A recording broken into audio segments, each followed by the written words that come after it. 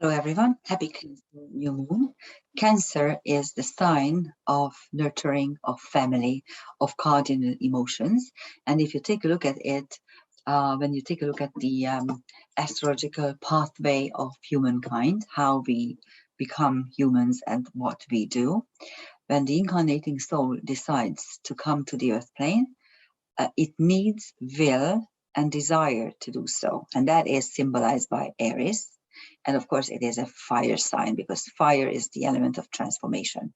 And then the next element is has to be earth, because the moment you decide to come and arrive at the earth plane, you are immediately caught by or captured by the earth. And that is in fixed earth Taurus. All its wonders, all its indulgences and whatever. And then when you are fed up with the physical, bodily experiences, you immediately start doing some cerebral work. You are interested in things, you want to get information, you are giving information, you are meeting other people, you are streamlining what you know, and that is in Gemini. And only after fire, earth, and air do we arrive at emotions, which is in Cancer. So Cancer new moons are always about how to renew our emotions, how to renew our family ties. And let's take a look at this particular new moon, which is interesting because it is on the Liliths. So the Liliths are quite prominent in this new moon, this particular new moon. It will become exact on the 29th of June at 3:52 a.m. London time. So again, this is the London chart.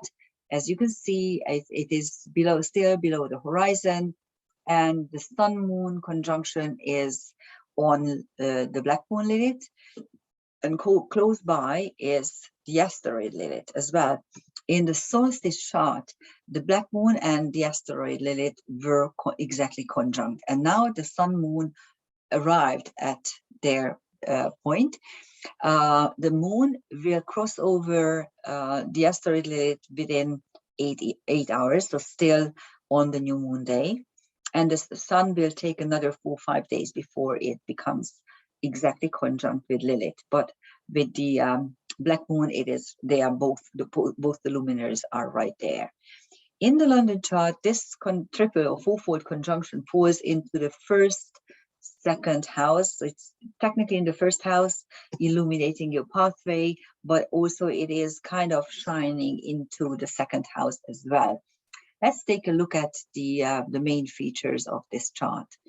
Well,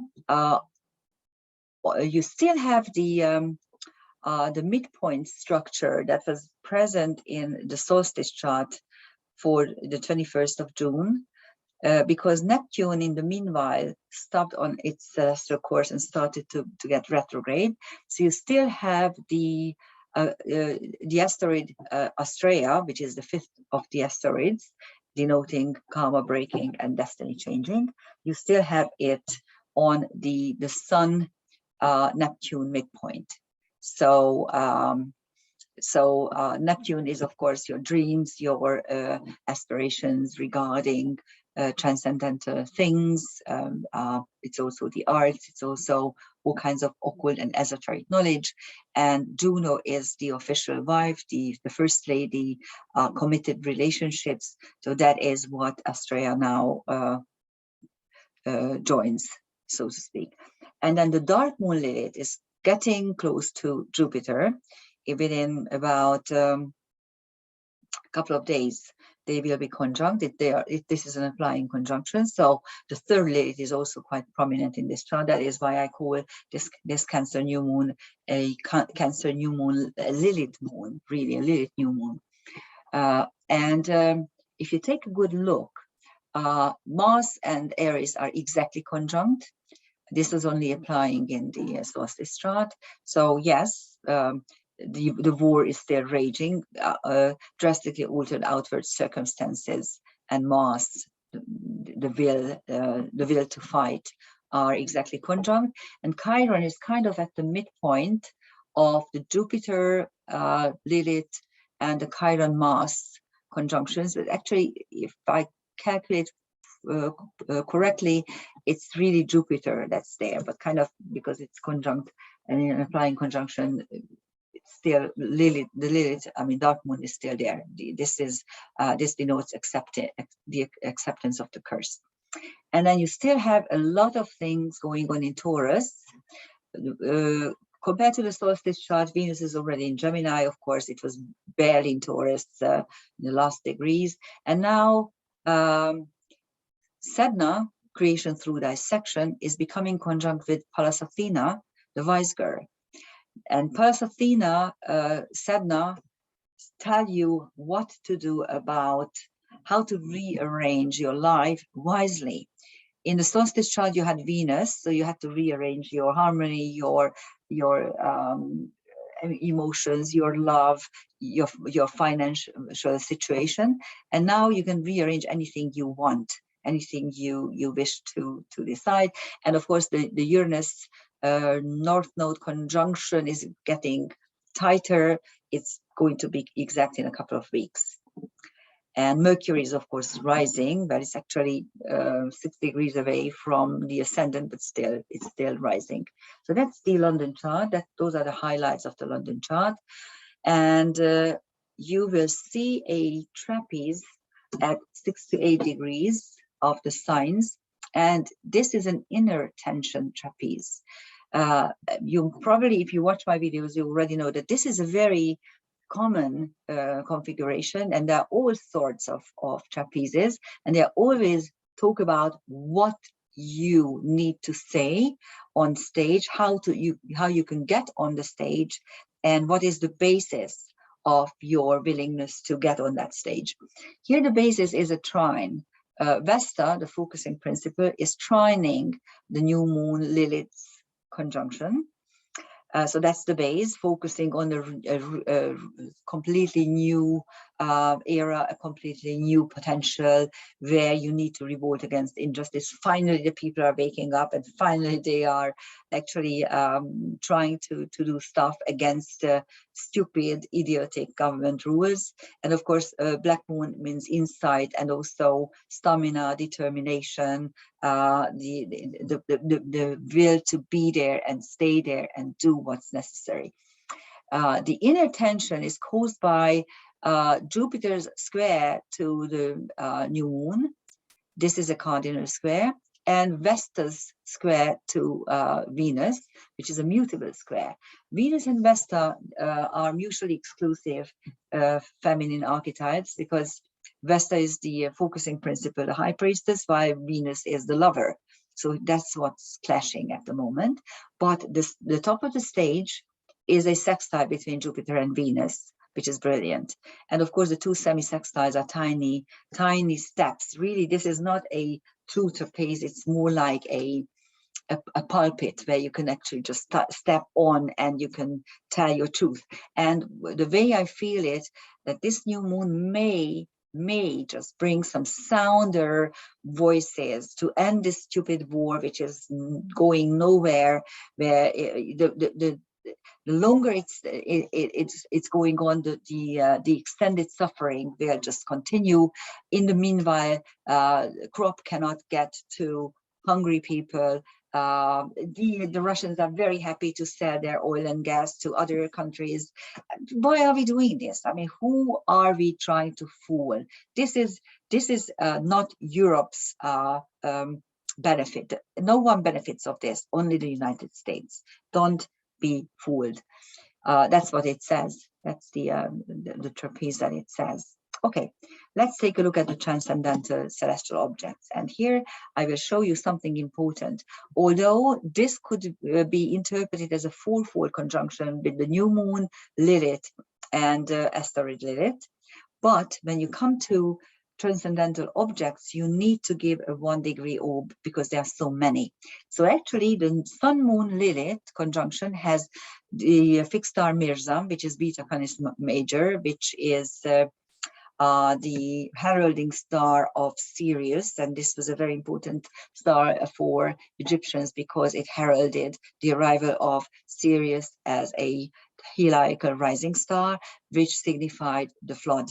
So that this was the announcement star. So we might listen to things that will be announced, hopefully good ones, because there's abundancia as well. Abundancia, abundance, is on the Sun Moon Lilith conjunction, which is what we have. We have here abundance. It's just the powers that be doesn't allow us to watch the movie, the old version of Total Recall, and you will understand what's happening here. And of course, The Matrix, that's a classic, the first one. Don't bother with the rest, and don't bother with the remake of Total Recall, because the first version is a true version. Okay. What did I want to show here? Okay, but on the asteroid Lilith, you have actually four asteroids and Centaur and a fixed star. So that these are separate. These are separate. They are only conjunct the asteroid Lilith. But of course, as the whole thing is, and this is an applying conjunction, because except for Black Moon Lilith, the sun and the moon will reach the asteroid Lilith, the moon in 8 hours, and the sun in about 4 or 5 days. So it's an applying conjunction, so you can interpret the whole thing together. But I want you to know that these 6 celestial objects are only truly conjunct with the asteroid Lilith. Galahad, the knight, Ginevra, the first lady, the lady who is committed to her spouse, Plato, the philosopher, and Horus, the first pharaoh, the child who is conquering darkness. Eklus is a centaur, which describes processes of truth and reality. What is truth? What is reality? Dilemmas around truth and reality. And Mepsuta is the knee of Castor. So it's Epsilon Gemini. It's quite a bright star, considered that it's the 5th brightest. So it's quite interesting. You see, Beta Canis Major is only 2 magnitude, and this is 3.2 magnitude. Quite interesting. And Gamma is the 4th star of Aquarius, Sadalajbi. It's only has a 4 magnitude brightness. So that's what I keep telling you, that Alpha, Beta, Gamma, Delta, and Epsilon only show the brightness within the constellation, but it is actually the magnitude that tells you how truly bright the star is. And Mepsuta is linked to the knee. And here we are again, to the knee story. Okay, I, as a Hungarian, I was deeply hurt by your football, not the players. The players are crazy idiots. I mean, they are trying to do what the woke ideology wants them to do. Nothing will help you guys. Whatever you committed in the past will haunt you. Yes, you have a ton of karma accumulated as a nation. I still love you dearly. I love the British, and you were strong. You were just simply stronger. But by bending the knee, we'll not bring those dead people back. We'll not bring those destroyed economies back. This is ridiculous. Stop doing it. And what's more, please don't ask us, who never owned a dominion or a colony or anything, who never conquered anyone, who never robbed anyone's property. Don't try to educate us, because it won't help, and it won't help you either. So that's Mepsuta, bending the knee, or how to bend the knee. It's quite funny. Okay, and then on Vesta you have Hannibal, the hero who conquered the Alps and who was able to get his army across the Alps, which is a big deal. And 2 bright stars, Sadalajvia, which is Gamma Aquarius. It is at the urn, as the water is flowing of the urn of Aquarius. It's the flow of life. Sorry, the water of life, the life-giving water. That's the symbol. And then Adige, which is Alpha Cygnus. It's the brightest star of the Swan. And this is the whole constellation is one of the shaman constellations. There are 3 of them actually around that area. And there's another thing in the London chart, with the ascendant descendant. You have a complex planetary picture. You have a mutable T-square with the ascendant descendant and Neptune, okay, signifying that Neptune is about transcendence and all kinds of esoteric knowledge, and you need this badly for the next couple of weeks in order to understand what is going on truly. And there's also a harmony triangle involving the ascendant Saturn, which is trining the ascendant, and the Mars Aries conjunction at its apex. And you also have a mini trapeze right here. At the base, you have a square, Saturn Pallas Athena. So Saturn, the Lord of Karma, is actually giving a fixed square or getting a fixed square from Pallas Athena, the goddess of wisdom. But the top of this mini trapeze is the Neptune Mars Aries semisextile, and Mars Neptune aspects are about the gray night. I always say it's the nightly chivalrous behavior. What are you fighting? We are fighting for a big cause. So this top of the trapeze, this mini trapeze, may suggest that we may learn the true cause of this war, which is not trying to save the Ukrainian people. They don't give a damn about the Ukrainian people. Believe me, they want their oil and their beautiful land, and because what we call Chernozem, black soil, they have the best soil in the world. So they are huge portions. By the way, we know that a lot of Americans own land there. I mean, even your, my dear American friends, even your present president owns land there. And here are the transcendental objects. On the ascendant, you have a zero, which is zero, of course, a Nefertiti, the wife, the Egyptian pharaoh wife. So a prominent feminine figure. And since the ascendant is at 23 degrees Gemini, you have 4 bright and important stars. This portion of Gemini 22 to 24 degrees, have very bright and prominent fixed stars. Al-Nilam and Mintaka are on the belt of Orion. So they are the symbols of divine order. And Nat, which is Beta Taurus, which is fighting for your cause, and it's the shadow world for Hamal, the Alpha star, which is the male energy going forward and following his own path and trying to win at all costs. And Facht, which is Alpha Columna, it's a southern constellation, the dove, which symbolizes, of course, the dove of peace.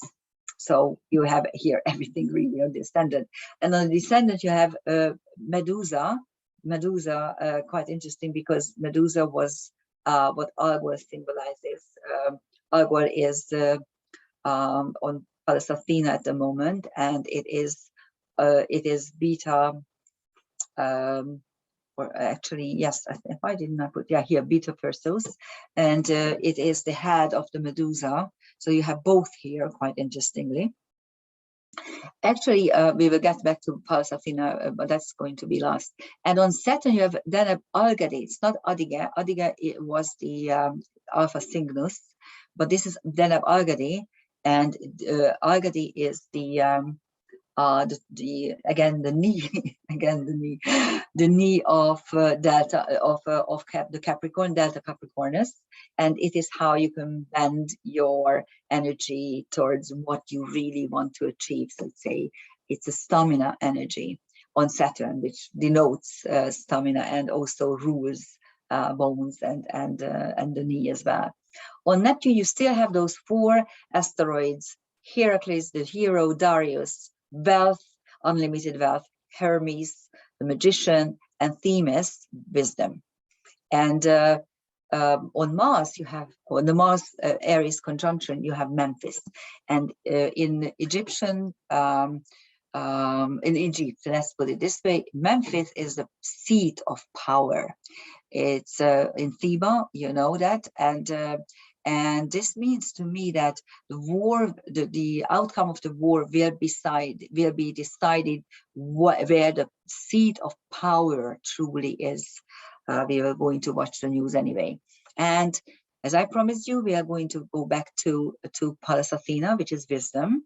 And you have still Saturn and Memoria there. Saturn is total destruction. It's what happened to the Earth many, many times. We destroyed the Earth a couple of times already. Memoria means memory. Please remember those times when you destroyed, when we together collectively destroyed the Earth. And our goal is the healing world for feminine wounds. The sacred feminine was persecuted many, many times, and the goddess energy was also persecuted many times, and those who were the carriers of this power and this knowledge. And our goal is one of the healing words for that, and that is on Pallas Athena. So we need to get back to feminine wisdom, and we need to remember our past. That's the Cancer new moon energy. Happy new moon, and for listening. Bye-bye.